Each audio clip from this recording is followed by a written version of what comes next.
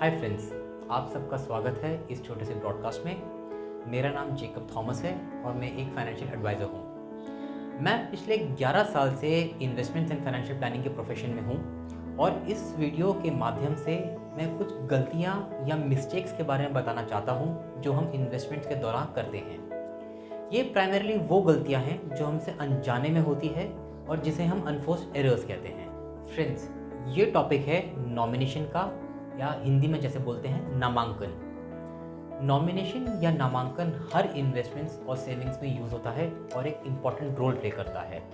आप कोई भी इन्वेस्टमेंट लीजिए, चाहे वो LIC हो, PPF हो, FD हो, बैंक डिपॉजिट्स हो, म्यूचुअल फंड्स हो या इवन स्टॉक मार्केट हो, आप कोई भी इन्वेस्टमेंट कीजिए, आपको नॉमिनेशन का कॉलम ज़रूर मिलेगा। नॉमिनेशन या नामांकन का मतलब होता है कि आपके मृत्यु के बाद आपने जो भी इन्वेस्टमेंट किया है वो पैसा किसको मिलेगा। नॉमिनेशन ना होने या अनक्लियर होने की वजह से कम आज की डेट में 100 करोड़ के आसपास के डेथ क्लेम जो हैं अनपेड पड़े हैं। और आपको पता है कि एक बार केस कोर्ट में चला जाए तो टाइम और पैसा दोनों ज़ाया होता है। तो अब सवाल ये है कि नॉमिनेशन कब अपडेट कराना चाहिए। फ्रेंड्स, अगेन आंसर बहुत सिंपल है।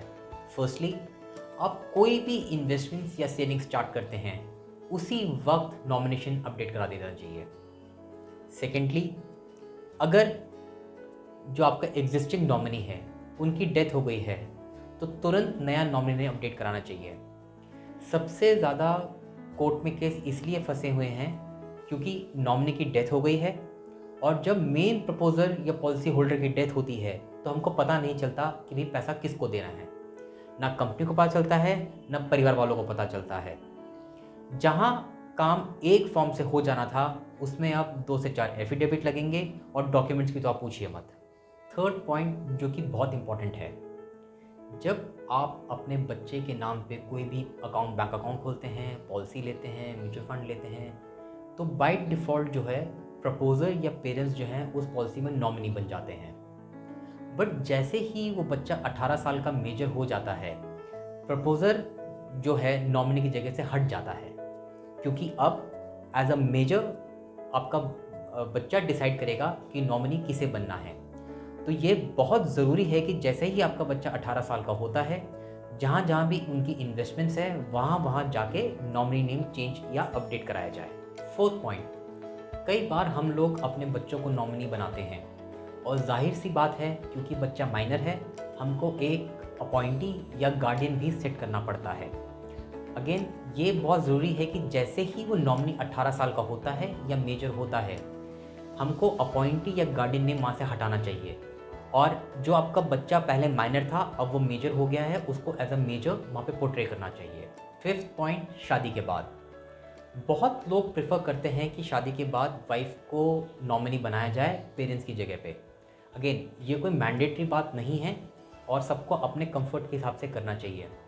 बट जो सबसे ज़रूरी बात ये है कि अगर आप पेरेंट्स को हटा के वाइफ को नॉमिनी बना रहे हैं तो पेरेंट्स को ज़रूर बताएं कि वाइफ को नॉमिनी बना दिया है, और अगर नहीं हटा रहे हैं तो वाइफ को ज़रूर बताएं कि भाई इस पॉलिसी में जो है पेरेंट्स नॉमिनी हैं, ताकि कल को कोई दिक्कत ना है और अंडरस्टैंडिंग बनी रहे। इन शॉर्ट, पॉइंट्स की बात जो नॉमिनेशन रिलेटेड हैं उसको एक बार डिस्कस करते हैं। फर्स्ट पॉइंट, नॉमिनी नेम हमेशा अपडेटेड रहना चाहिए, टाइटल कभी भी खाली नहीं होना चाहिए। सेकंड पॉइंट, आप जितनी बार चाहे उतनी बार नॉमिनी नेम चेंज करा सकते हैं। थर्ड पॉइंट, आप चाहें तो एक से ज़्यादा नॉमिनी भी अपडेट करा सकते हैं। कई जगह 3 नॉमिनी अलाउड हैं और कई जगह 4 नॉमिनी अलाउड हैं। फोर्थ पॉइंट, अगर आप एक से ज़्यादा नॉमिनी अपडेट करा रहे हैं तो कृपया करके उनकी परसेंटेज भी अपडेट कराइए कि किस बंदे को उस इन्वेस्टमेंट का कितना परसेंटेज मिलना है। जैसे ही आप नॉमिनी अपडेट होने का एप्लीकेशन देते हैं तो प्लीज़ उस एप्लीकेशन की कॉपी और उस कंफर्मेशन की कॉपी अपने इन्वेस्टमेंट प्रूफ के साथ रखें कि आपने जो है अपना नॉमिनी बदल लिया है। तो फ्रेंड्स, ये थी कुछ बातें नॉमिनेशन रिलेटेड। आई होप कि आपको इस वीडियो से कुछ नया ज़रूर जानने को मिला होगा। अगर आपको कोई भी नॉमिनेशन रिलेटेड क्वेरी या सवाल है तो प्लीज़ हमें कॉल करें। Thank you and good bye.